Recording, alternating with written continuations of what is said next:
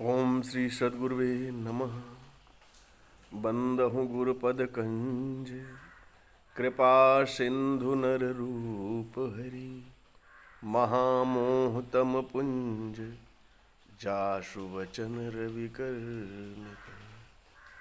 सद्गुरु चरण कमलेभ्यो नमः। मेरे प्रिय देशवासी भाई बहनों, आपको कोटि कोटि प्रणाम।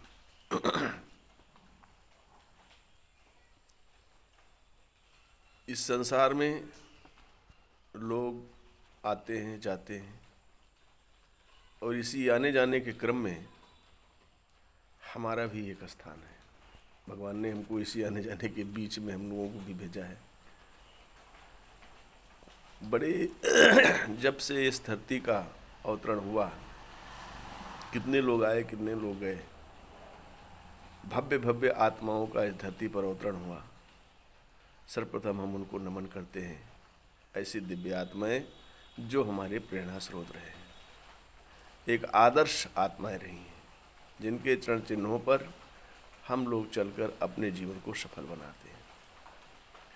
भाइयों बहनों, ये संसार प्रभु का आनंद है। हमारा कोई हेतु है लेकिन उनका कोई हेतु नहीं है। और हम लोगों को भगवान ने कितनी सुविधाएं दी हैं। अच्छा परिवार, अच्छे संस्कार, अच्छे गुरु, भाई बहन, पति पत्नी, संबंध, नात रिश्तेदारी, घर मकान, सब कुछ दे रखा उसने, कोई कसर नहीं। लेकिन अब हम संतुष्ट न हों, हमारी इच्छाएं बढ़ती रहें, तो उसके लिए हम ही उसके जिम्मेदार हैं। भगवान ने रोटी दाल चावल सब्जी, पहनने के लिए वस्त्र, रहने के लिए मकान, तमाम सुख सुविधाएं उसने प्रदान की, लेकिन फिर भी हमें कम ही लगता है। हमारे मन का जो आधार है, उसकी जो सोच है, वो निरंतर कमी की बात ही सोचता रहता है।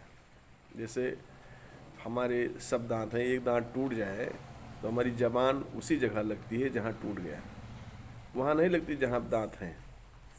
मतलब कमी मन का एक स्वभाव है, कमी महसूस करना। तो इन संसार में जब तक हम रहेंगे कमी ही रहेगी, क्योंकि पूर्ण तो प्रभु है, परमात्मा है। ओम पूर्णमदः पूर्णमिदं पूर्णात् पूर्णमुदच्यते पूर्णस्य पूर्णमादाय पूर्णमेवावशिष्यते। सब कुछ बनाने के बाद वो खुद पूर्ण है। और कितना भी निकालो पूर्ण से तो पूर्ण ही रहता है। जैसे आप नदी से पानी निकालेंगे तो उसका लेवल घटेगा नहीं, उतने रहेगा। कुएं से पानी निकालेंगे तो उसका लेवल घटेगा नहीं, उतने रहेगा। इस संसार में कितने भी आप सांस लें, ऑक्सीजन लें, लेकिन वो घटेगा नहीं, उतने रहेगा। क्योंकि वो पूर्ण है। हम सभी लोग अपूर्ण हैं। इसलिए कभी भी हम ये नहीं, हमारी जो भावनाएं हैं, जो हमारी सोच है, पूर्णता की ओर जाती नहीं, कमी ही कमी सोचती रहती। अब ये हो जाए, अब वो हो जाए, वैसा हो जाए, वैसा हो जाए। जो है उसमें हम संतुष्ट नहीं हो पाते। जो नहीं है उन्हीं की इच्छाओं में हमारा पूरा जीवन समाप्त हो जाता है। हमें एक नया जीवन जीना है। क्या जीना है? अपना टारगेट देखना है कि हमारी जो एज है वो 0 से लेकर के मुश्किल से 60-70 साल की है।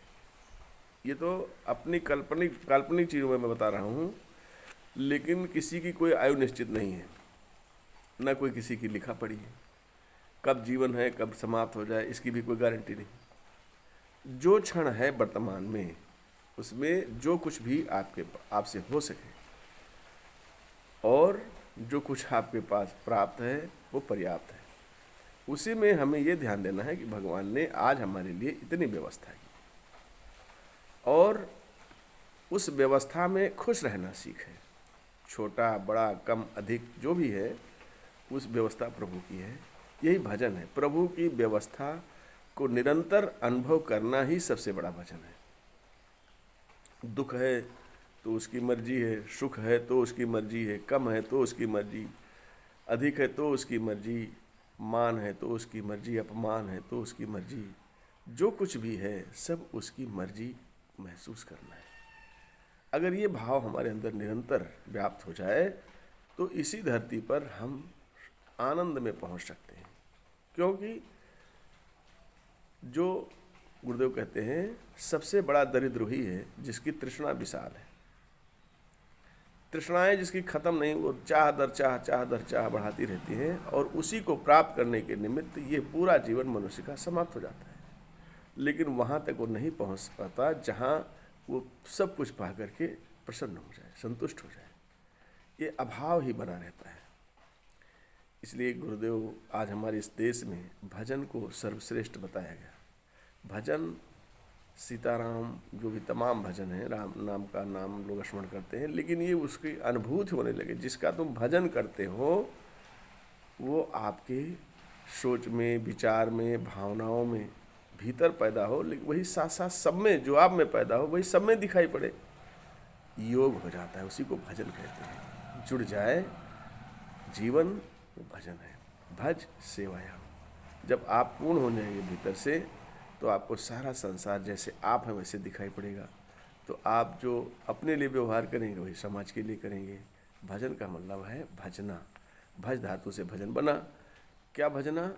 भगवान की सारी दुनिया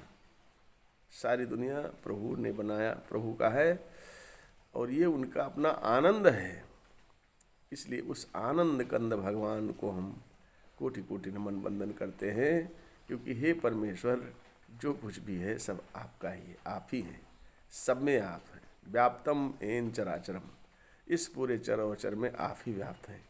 इसलिए आपको अब हमें आप ही आप दिखाई पड़ते हैं। यही भजन है। जैसे बूंद अगर समुद्र में मिल जाए तो पूर्ण हो जाती है, और फिर वो खुद अपने आप को ढूंढना चाहे तो नहीं पाती। ऐसे ही जो अपने आप को भगवान में समर्पित कर देता है, फिर वो खुद नहीं बचता, भगवान ही हो जाता है। इसलिए ऋषियों ने कहा है, ईश्वर अंश जीव अविनाशी। कोई शिक्षा प्राप्त कर ले, IAS PCS कर ले तो SP हो जाएगा, DM हो जाएगा, कमिश्नर हो जाएगा, क्योंकि बिना उस डिग्री के वहाँ तक पहुँच पाना असंभव है। ऐसे ही भजन मतलब होता है प्रेम। प्रेम अगर नहीं पैदा हुआ भीतर भजन करने से, तो हम कहीं भी नहीं पहुँच सकते हैं, क्योंकि भगवान तक पहुँचने का साधन प्रेम, और प्रेम सर्वत्र व्याप्त, हरि व्यापक सर्वत्र समाना, प्रेम ते प्रगट होए मैं जाना। वो चारों तरफ हर दिशाओं में व्याप्त है, सब में व्याप्त है, लेकिन आपको ज्ञान उसका होना चाहिए। ज्ञान चक्षु से आप उसको देख सकते हैं। इन आँखों से उसको ना तो देख सकते हैं, न इन कानों से उसको सुन सकते हैं, और न इन विचारों से उसको पकड़ सकते हैं, और न इन भावनाओं से उसे अनुभव कर सकते हैं। उसके लिए निरर्थक प्रयास जो होते हैं, सार्थक प्रयास करने चाहिए। सार्थक प्रयास मतलब होता है पहले अपने आप में भगवान की उपस्थिति हो, अनुभव हो, क्या कि वही सब कुछ है। जल के रूप में, हवा के रूप में, पृथ्वी के रूप में, सूर्य के रूप में, आकाश के रूप में, बादल के रूप में, सब कुछ वही है। इसलिए सब कुछ वही है, यही भजन है। तो फिर मैं कहाँ बचता हूँ? जब सब सागर ही सागर है तो मैं कहाँ बचता हूँ? बूंद भी उसी सागर में जा कर के और वो सागर ही बन जाती है। इसलिए इस पूर्णमदा पूर्णमिदम पूर्णात् पूर्णमुदच्यते, इसका मतलब ही होता है कि उस भजन करते करते उसी पूर्ण परमात्मा में भी तुम भी समाहित होकर के पूर्ण हो जाओ। ओम शांति।